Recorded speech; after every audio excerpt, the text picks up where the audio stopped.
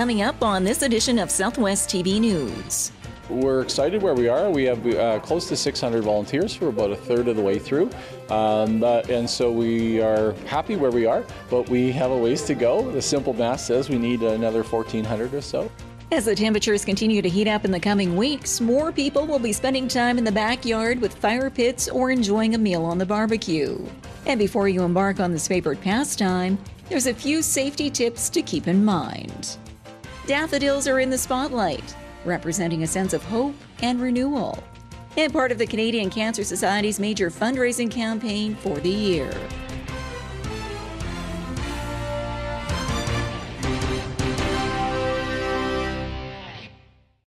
Thanks for joining us here today. As the City of Swift Current prepares to host the 2019 Western Canada Summer Games, the local committee is asking you to sign up as a volunteer. The 2019 Western Canada Summer Games are set for August 9th through the 18th in Swift Current, with over 1,700 athletes and coaches attending. And as the host committee continues to work on the various aspects of this large-scale event, Co-Chair Mark Benish recently made a presentation at the Swift Current Museum's Noon Hour Lunch and Learn series. While giving a brief history of the Western Canada Summer Games, he stressed that recent games have also been a springboard for future Olympians from Saskatchewan and Western Canada. And with the Summer Games now only a few months away, a total of 2,000 volunteers are required to help in various aspects of the Games. We're excited where we are. We have close to 600 volunteers. We're about a third of the way through. And so we are happy where we are, but we have a ways to go. The simple math says we need another 1,400 or so. But most games, the majority of the volunteers come out in that last 3 months, and we know that. And I think that's the reason for this kind of circumstance today, coming out and allowing more people to see what their connections could be to the games.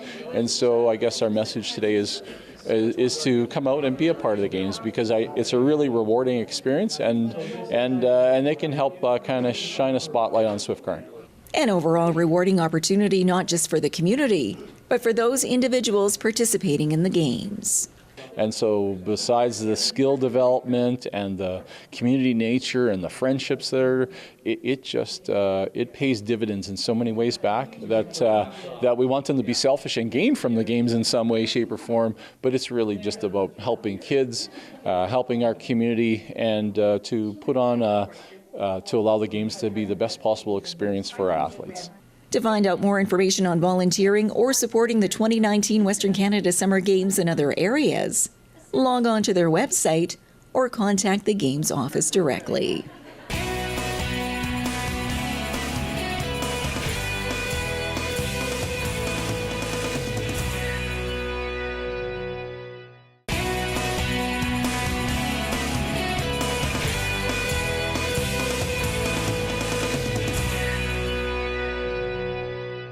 With the arrival of warmer weather across the region, many have already fired up their barbecues and fire pits.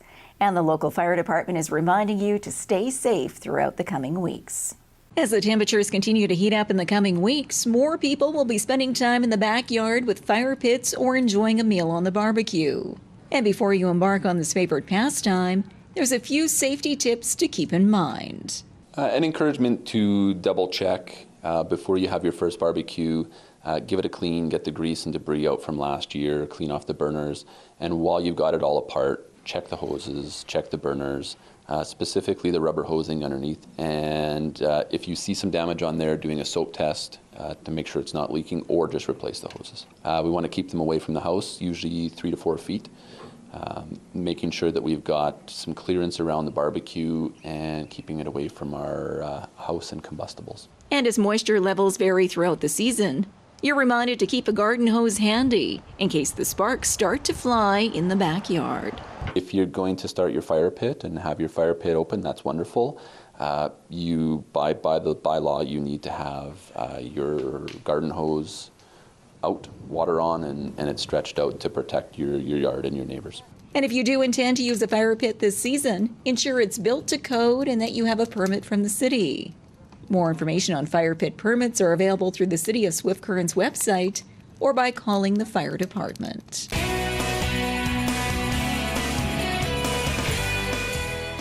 I'm really enjoying it here. I always did like Swift Current. This is kiting paradise.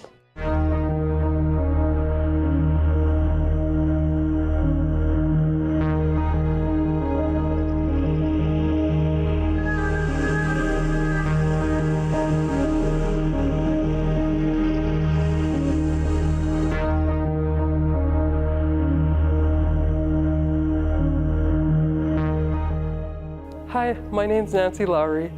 I'm an oil painter from Saskatoon, Saskatchewan. I primarily concentrate in landscape painting, and I am represented by Art Placement Art Gallery in Saskatoon. Mostly I work with oil. When I'm outside, I work with oil. In the winter, I do a lot of small studies in watercolor for my car because it's too cold to work outside. And I draw a lot. I'm constantly sketching. I just have a sketchbook in my pocket all the time for little studies. So sometimes I'll riff off one of those. And in my studio, I often paint very small, little 5x6 paintings. And those ones, I can do up to 10 of them in a day sometimes. And sometimes I'll continue to go back to one for 6 months and not finish it. Like, it's kind of this back and forth process. Color is a huge influence on my work. A lot of old abstract painters are huge influences on my work, and also a lot of landscape painters. And I read a lot, and I think a lot about just like dream psychology and mind spaces and different things. I do paint outside a lot, but when you're painting outside, you don't have control over like the wind, the changing of the light, the bugs, how much time you spend if a sudden storm runs in or whatever. So you have to roll with it, right? So like a lot of my things are rolling with it. Idea of many trails to me or many paths just feeds like, there's so many choices you can make in art making, and it's kind of like an endless inspiration that you can have. One thing I love about the landscape too is that trees are all so different and clouds are also different. They're constantly changing. So even if you do kind of make a mistake, you can almost like look 2 degrees to the left and find that exact branch on another tree and be like, okay, I'm just gonna maneuver that way. And I often do that. Well, I like to play with depth, and like obviously a painting is a 2-dimensional surface mostly, like depending on thickness, of course but I like to see what you can push and pull with. And I always really want to work with the edges too. Like I don't want something just like a central thing in the canvas usually. I want to bring it all around. And that one I definitely did while I was in a deep woods.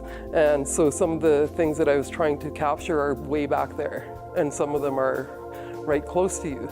So I'm always questioning and trying different ways, and I'm looking at how other artists tackle that same question.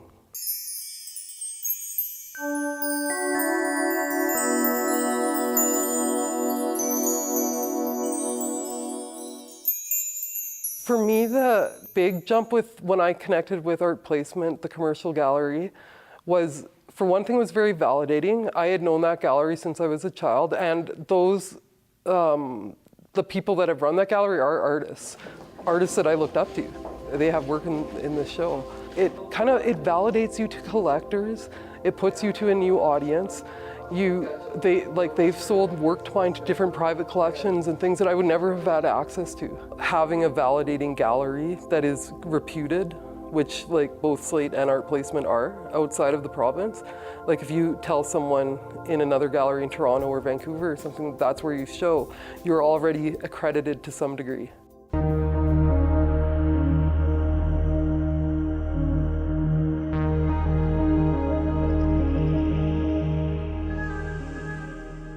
Daffodils are a sign of spring and also part of an annual campaign for the Canadian Cancer Society.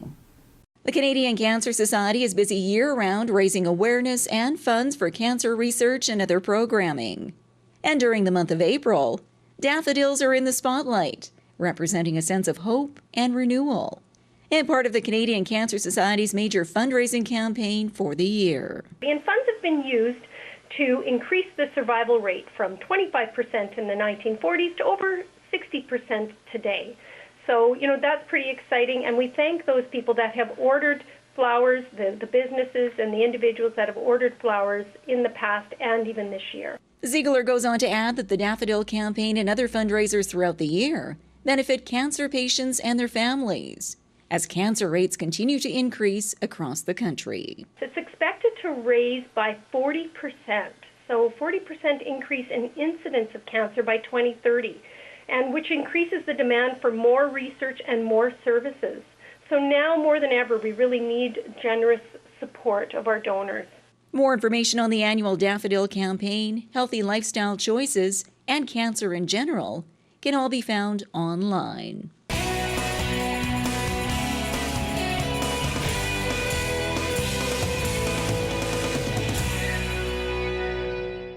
Well, this brings to a close another episode of Southwest TV News, reporting the stories that matter to you. We always welcome your news tips. You can always reach us here by phone at our studio or by email to contact us at southwesttvnews.com. Also, be sure to join us daily online for the latest news from across Southwest Saskatchewan and so much more at southwesttvnews.com. And be sure to follow us on a range of social media. Thanks for joining us here today. I'm Carol Andrews.